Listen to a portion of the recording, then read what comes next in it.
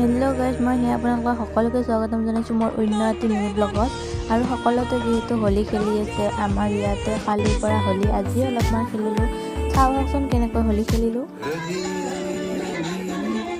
এনেকৈ হোলী খেলি বক্স বজাই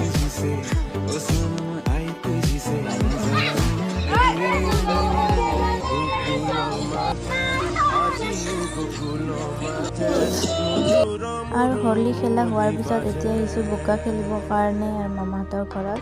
পাৰিলে আপোনালোককো অলপমান বোকা খেলা ভিডিঅ' দেখাই, বোকাৰ ভিডিঅ' বনোৱাৰ পিছত মোৰ ফটো মোবাইলটো বেয়া হৈ গ'ল আৰু নদীত গা ধুব গ'লোঁ আৰু বোকা লগোৱা ভিডিঅ'টো অলপমান দেখাই দিলোঁ।